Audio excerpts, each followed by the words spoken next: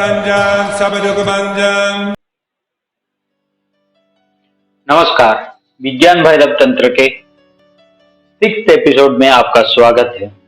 इस एपिसोड में जो श्लोक के बारे में बात करेंगे, इससे पहले जितने भी पद्धति महादेव ने बताए वो सांस की क्रिया पे था, सांस को कंट्रोल करके मन को कैसे कंट्रोल किया जाए।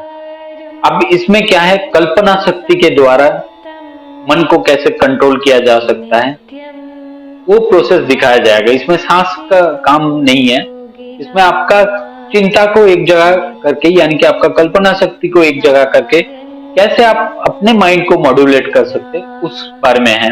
श्लोक कुछ इस प्रकार है। अमूलात् किरणाभासां सूक्ष्मात् सूक्ष्मतरात्मिकां चिन्त्वैतां दिशतः कान्ते सामन्तिं भैरवोदय।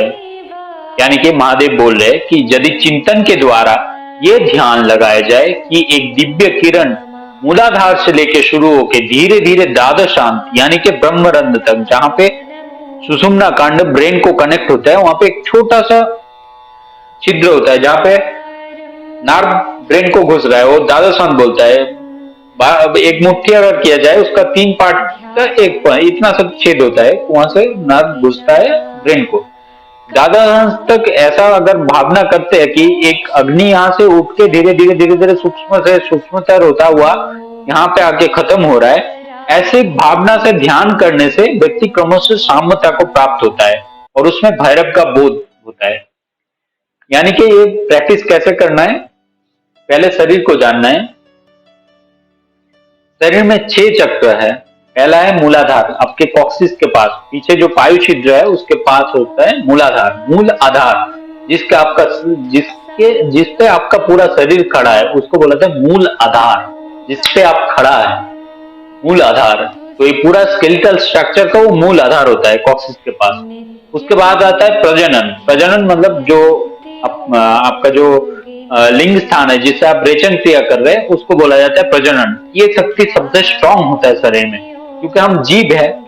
कोई भी एनिमल का सबसे स्ट्रांग डिजायर होता है उसका सेक्सुअल एक्टिविटी, इसलिए प्रजनन सबसे स्ट्रांग होता है।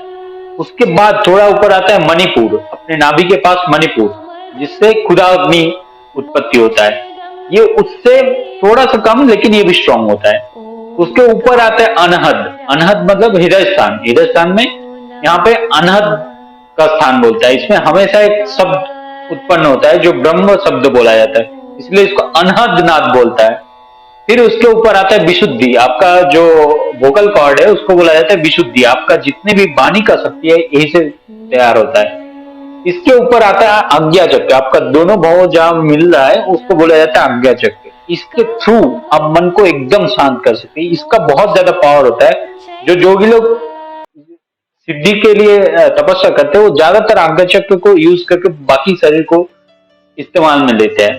उसके ऊपर होता है सहस्रार। सहस्रार चेतना को बोला जाता है। शरीर से बाहर जो शक्ति जो आपको चला रहा है उसको बोला जाता है सहस्रार। ये होता है स्केलेटल, हमारा जो चक्र का जो कॉन्सेप्ट है वो ये होता है। अब महादेव क्या बोल रहे हैं कि शांत रूप से बैठो, पद्मासन में या सुखासन में या वज्रासन में बैठ के आंखें बंद करो। थोड़ा सा इसको ऊपर करना होता है ताकि आपका एपिग्लोटिस पूरा खुला रहे और ध्यान एक जगह पे लगे।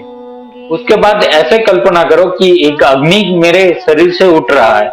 यहाँ मूलाधार में एकदम धधकता हुआ अग्नि है, ऊपर उठता हुआ वो आया प्रजनन पे, प्रजनन के बाद मणिपुर, मणिपुर से अनाहत, धीरे धीरे जैसे अग्नि जलता हुआ अग्नि जैसे धीरे धीरे छोटा होता जाता है, ऐसे थोड़ा सा छोटा होते होते होते होते होते ऊपर आ रहा है। ऊपर आके यहाँ द्वादश अंत के पास, आज्ञा चक्र के पीछे द्वादश अंत होता है, वहां पे आके अग्नि सोख हो जा रहा है। ऐसा कल्पना करिए, ऐसा बैठ के सोचिए कि ऐसा अग्नि जल रहा है। पहले आपको शुरू के प्रैक्टिस में आपको कुछ नहीं दिखेगा, मतलब लगेगा क्या सोच रहा हूं मैं, क्यों सोच रहा हूं, पर इसको करना है। ये माइंड को ट्रिक करना होता है। माइंड को आप ट्रिक करिए कि ऐसा एक अग्नि जल रहा है। 2 दिन 3 दिन ऐसे कंटिन्यू प्रैक्टिस करेंगे, 10 मिनट 10 मिनट 15 मिनट करके, तो ये सच में आपको दर्शन होना शुरू होगा कि आज सच में मेरा पूरा सुषुम्ना, पूरा रीढ़ का जो हड्डी है इससे उठता हुआ जा रहा है फिर खत्म हो रहा है यहाँ पे। ऐसे धीरे धीरे आपको ट्रिक करके बैठना है माइंड को।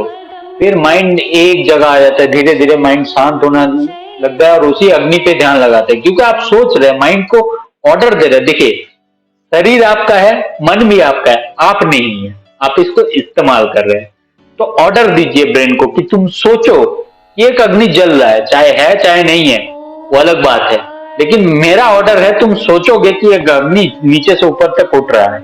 ये ऑर्डर ब्रेन को कंटिन्यू देंगे तो ब्रेन आपके कंट्रोल में धीरे धीरे आता रहेगा। अभी क्या है, ब्रेन आपको ऑर्डर दे रहा है कि ऐसा सोच, ऐसा कर, अभी तू सैड है, अभी तू ये कर, अभी तेरे को भूख लगा है।